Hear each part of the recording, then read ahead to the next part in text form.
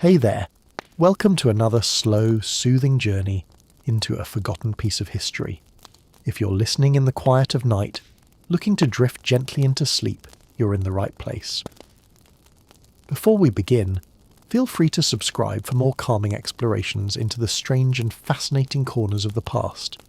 Tonight, we're travelling back over a century to the year 1918, a time when the world was already exhausted from the Great War, only to be struck by something even more devastating.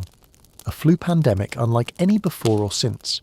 It came swiftly, in waves, and it didn't care who you were, where you lived, or what you believed. The 1918 influenza pandemic reshaped lives across the globe. But this isn't just about the numbers or sweeping headlines. No, tonight we'll slow down.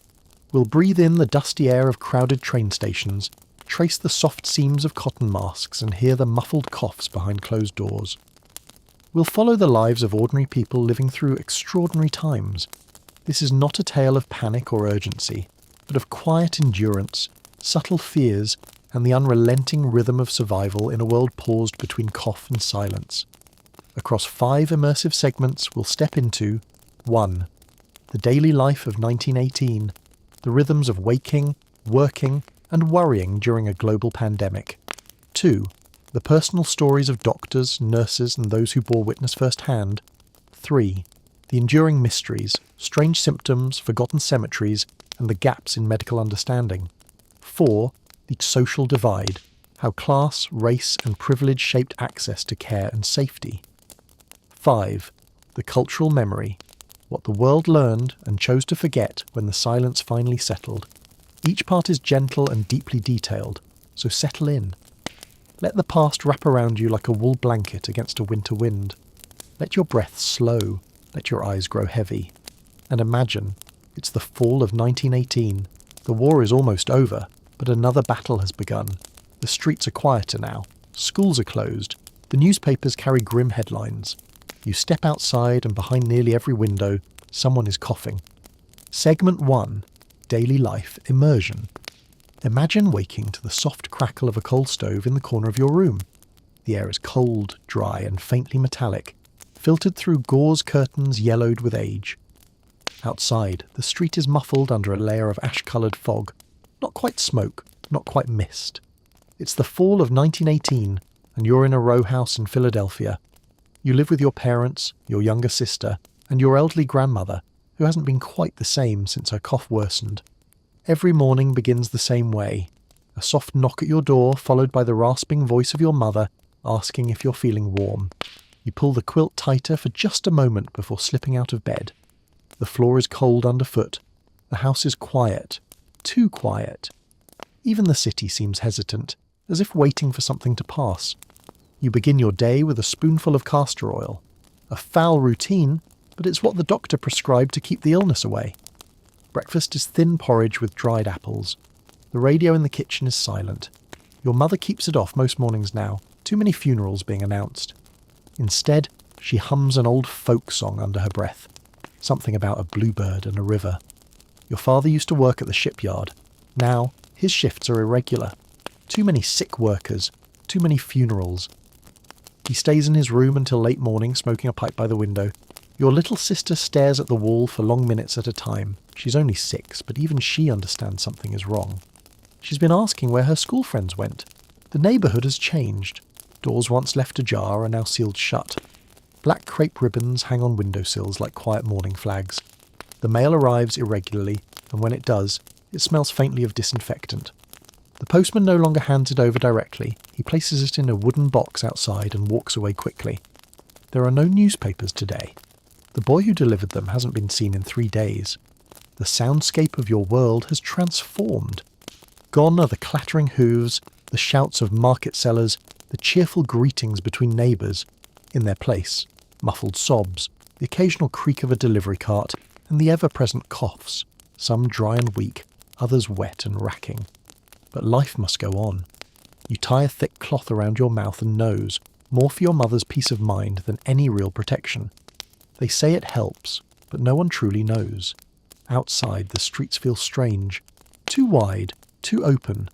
The shops are closed, their windows smeared with makeshift signs. Back soon. Closed until further notice. Pray for our city. A horse-drawn wagon creaks past. A man in a dark coat and hat rides atop it. The wagon's cargo is long, narrow, and wrapped in grey woolen blankets. There are no expressions on the passers-by's faces. No questions. Everyone understands. At the apothecary, there's a line that stretches down the block. Most people are quiet, but a few whisper. You hear talk of onions tied to door handles, of camphor-soaked cloths, of boiled vinegar and garlic. Remedies, they say. Preventatives. Nobody trusts doctors much anymore. Too many have disappeared behind closed doors and never returned. When your turn comes, the apothecary looks tired, grey-skinned and sunken-eyed. He doesn't speak. You slide a small coin across the counter, and he hands over a brown paper-wrapped bottle. No label, no instructions. Back home, your grandmother is asleep in her chair, her head tilted just so. You listen closely, still breathing, though shallow. Your mother doesn't comment. She just pulls the shawl tighter around her mother's shoulders and quietly prepares soup, potato peel and barley. At night, the world becomes more distant. The streets are utterly silent. Even the wind seems afraid to move. You lie in bed, listening to the occasional distant clanging of church bells. They toll far more often now. There is no laughter, no music, just silence, broken by coughs and bells. You think about tomorrow, and the day after, and you wonder, when will this end? But there is no answer. This is daily life in 1918. Not a day of crisis, not a day of disaster, but just one day. The kind that stretches endlessly in quiet fear and soft footsteps. A day filled with small rituals, hesitant hope, and a constant awareness of breath. As you drift into a shallow sleep, the only thing you can hear is the gentle rustle of leaves outside your window, and somewhere, not far off, a cough. Morning returns. The sun filters weakly through the curtains.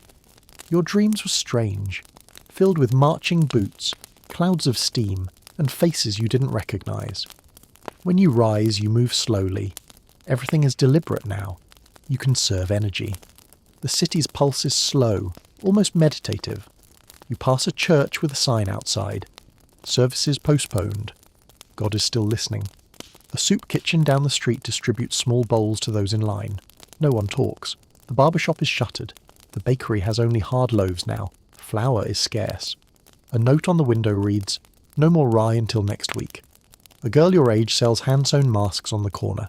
5 cents each. She wears 3 herself, one over the other. Her eyes are red-rimmed but determined. You buy 2 masks, though you have no coins left. She doesn't ask. Life in 1918 isn't frantic. It's weary, cautious, carried on the shoulders of people who no longer hope for things to get better, but merely wish for things to stop getting worse. The newspapers finally arrive. You sit at the kitchen table and read aloud to your mother. The front page talks about Spain, about numbers, about death rates. But the article that catches your attention is small, in the corner. Local girl volunteers as nurse, dies within days. You put the paper down. Outside, the fog begins to lift. For the first time in weeks, a single ray of sunlight cuts through the clouds. You stand by the window for a long time, watching it illuminate the street below. Tomorrow will come, so you make another mask, and keep breathing. The days, like footsteps in damp soil, blend into one another. You begin to lose track of dates.